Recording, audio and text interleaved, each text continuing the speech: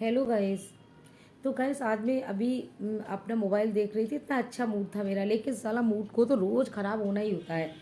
ये तो यूट्यूब है ही ऐसी चीज़, को देखो ही मत। अभी मैंने देखा तो एक ऐसा किस्सा दिखाई दिया है, मेरे सामने आया है कि एक अमायरा नाम की बच्ची है जयपुर में, और वो स्कूल से छलांग लगा दी उसने 5वीं मंजिल से, वो ख़त्म हो गई। तो ये कहा जा रहा है कि कुछ बच्चे थे जो उसे ग्रुप बना के परेशान करते थे और रोज उसको चिढ़ाते थे, पता नहीं क्या क्या शब्द बोलते थे उल्टा सीधा उसको, मतलब कुछ हम करते थे, ऐसी चीज़ें बोलते थे जो सब परेशान होती थी वो बच्ची। तो पेरेंट्स ने उसकी शिकायत भी की। पेरेंट्स तो यही कर सकते हैं, बस बेचारी शिकायत ही कर सकते हैं। स्कूल्स में स्कूल वाले डांट सकते हैं बस, और क्या कर सकते हैं वो लोग। इससे ज़्यादा उन पर भी कुछ नहीं हुआ। तो कौन कौन जिम्मेदार है इसका? आपको क्या लगता है, पेरेंट्स या वो स्कूल वाले टीचर या वो बच्चे जो चिढ़ाते थे उस बच्ची को? नहीं, कोई भी जिम्मेदार नहीं है। मेरी नज़र में अगर कोई जिम्मेदार है ना, तो सिर्फ उस बच्चों के, जो बदतमीज़ बच्चे थे ना, जो चिढ़ाते थे उसको बच्चे, उन बच्चों के पेरेंट्स। केवल वो। किस तरह के संस्कार दे रहे हैं आप अपने बच्चे को? किस तरह की चीज़ें सिखा रहे हैं आप लोग अपने बच्चों को? टाइम दे पा रहे हैं या नहीं दे पा रहे हैं? आप लोग वहाँ पे अपने, जब बच्चे आपकी शरारत करते हैं घर में, तो आप देखते हैं उनको या नहीं देखते हैं? या बिल्कुल छोड़ रखा है आपने उनको उनके हाल पे? अभी वो टीनेज नहीं थे, अभी वो बहुत छोटे बच्चे थे, बहुत छोटे हैं। 9-10 साल के बच्चे हैं वो, इतने बड़े बच्चे नहीं हैं। जब वो हम उम्र से अपनापन ही नहीं दिखा सकते, तो वो आगे जाके छोटों को प्यार और बड़ों की इज्जत क्या करेंगे? क्या सिखाया क्या है आपने अपने बच्चों को? आपको पता भी है ये बच्चे आगे चल के क्या बनने वाले हैं?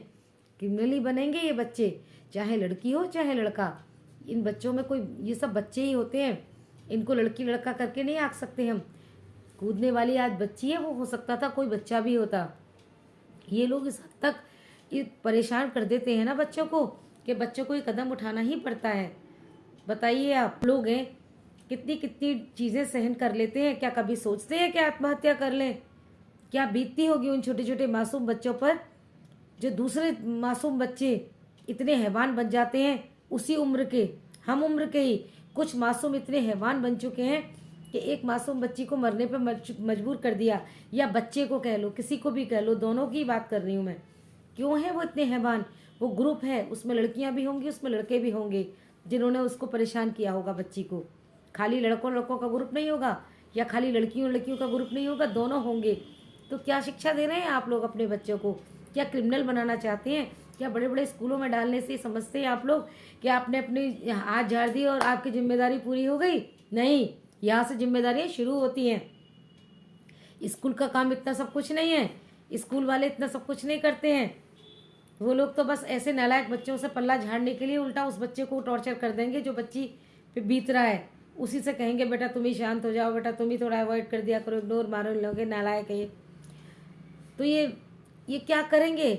अभी तो ये छोटे बच्चे को आप खुद है अपने साथ के बच्चे को छेड़ रहे हैं, आगे चल के कॉलेज में जाएंगे, कॉलेज में जाके फिर बच्चों को छेड़ेंगे, फिर कुछ बच्चे परेशान होंगे, आगे जाएंगे फिर वहाँ ऑफिस में करेंगे यही काम, या अपने वर्क में करेंगे जहाँ भी कोई वर्क करेंगे।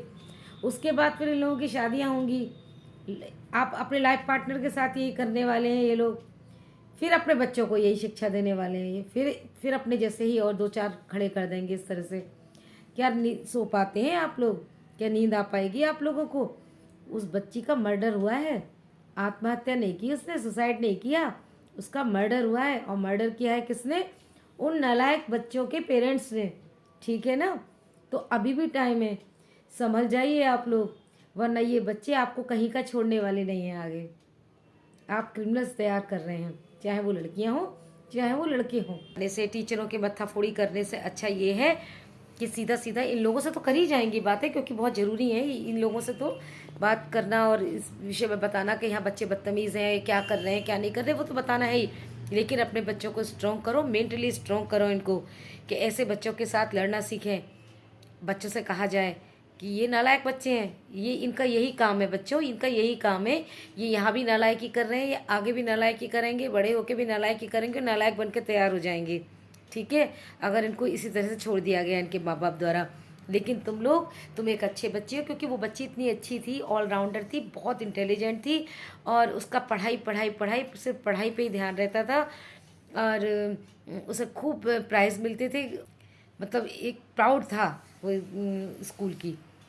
तो ऐसे बच्चे के साथ ऐसा हुआ है, क्योंकि ऐसे बच्चे के साथ वो जायज़ सी बात है कि कुछ नालायक होंगे जो जिनको लगता होगा कि इसको किसी तरह से कमज़ोर बनाया जाए, हम तो हैं ही नालायक, इसको भी किसी तरह से कमज़ोर बनाओ, ये क्यों इतना प्यार लूटती है सबका, क्यों इतनी इज्जत लूटती है सबकी, टीचर्स की, सबकी। तो उन्होंने इसलिए ये चीज़ बच्चों में आ जाती है। वो तो छोटे थे बच्चे, आनी नहीं चाहिए थे छोटे बच्चों में, थोड़ी बड़ी क्लास हो तब भी माना जाए, लेकिन वो छोटे बच्चे अभी से ऐसी चीज़ें कर रहे हैं तो सोचो आगे वो क्या करने वाले हैं। इतने छोटे बच्चों से तो एक्सपेक्ट नहीं है किस तरह से करेंगे, फिर भी वो कर रहे हैं और ग्रुपबाजी कर रहे हैं। तो बस इस बात का ये है कि देखिए आप अभी से ही अपने बच्चों को यही सिखाइए कि बस करने दो उन्हें नालायकी, तुम कुछ और बनोगे और वो वहीं रह जाएंगे, वो वही वही चीज़ करते हुए रह जाएंगे। तो शायद आपका बच्चा मेंटली एकदम स्ट्रांग हो जाए और वो इस चीज़ से बच जाए। थोड़ा सा तो उसको परेशानी होगी, लेकिन शायद वो ये कदम ना उठा पाए। और आप लोग जो ऐसे बच्चों को तैयार कर रहे हैं, अपने अपने ऐसे बच्चों को तैयार कर रहे हैं, वो सावधान हो जाएं, अपने लिए ही सावधान हो जाएं कि वो आपको चैन से जीने देने वाले नहीं हैं, क्योंकि आप खुद तैयार कर रहे हैं।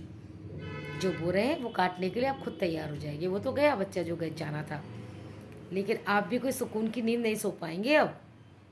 जय राम जी की। राधे राधे।